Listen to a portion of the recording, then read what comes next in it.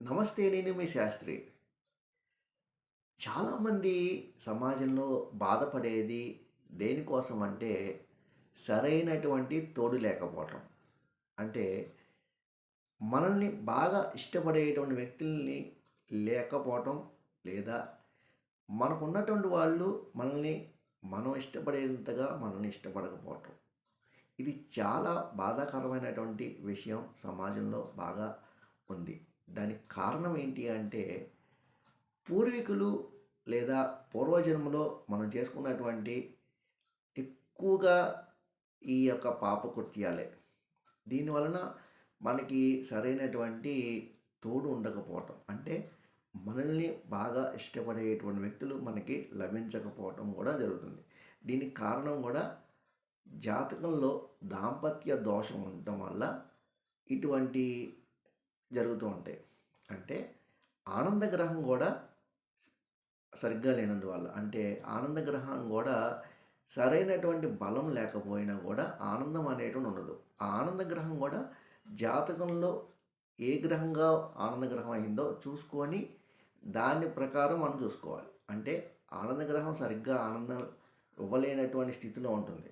అప్పుడు మనం దానికి సంబంధించినటువంటి శాంతి చేసుకుంటే ఖచ్చితంగా మనకు కావలసినటువంటి ఆనందాన్ని జ్యోతిష్యం ఇస్తుంది. నేను చెప్తూ ఉంటాను కదా, జ్యోతిష్యం ఎప్పుడు కూడా మనకి కావలసినటువంటి జీవితాన్ని ఇస్తుంది. ఆ జీవితం మనకి ఎందుకు లభించట్లేదు కొన్నిసార్లు అంటే జ్యోతిష్యం వల్ల ఆ జ్యోతిష్యాన్ని సరైనటువంటి వ్యక్తి అధ్యయనం చేయనటువంటి వ్యక్తులైతే మనకు కావాల్సినటువంటి జీవితం ఇవ్వదు. అంటే ఉదాహరణకి ఒక డాక్టర్ ఉన్నాడు. డాక్టర్కి బాగా వైద్యం తెలిసినటువంటి డాక్టరు మనకి ఎటువంటి రోగాన్నైనా సరే తగ్గిస్తాడు.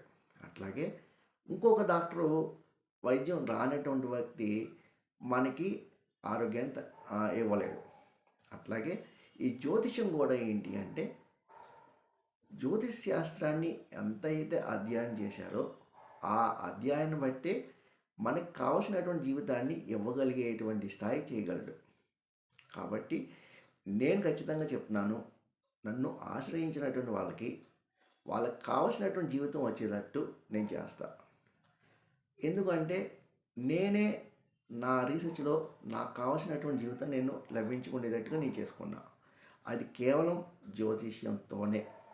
కాబట్టి జ్యోతిష్యం అనేటువంటిది మనకు కావాల్సినటువంటి జీవితాన్ని ఇస్తుంది.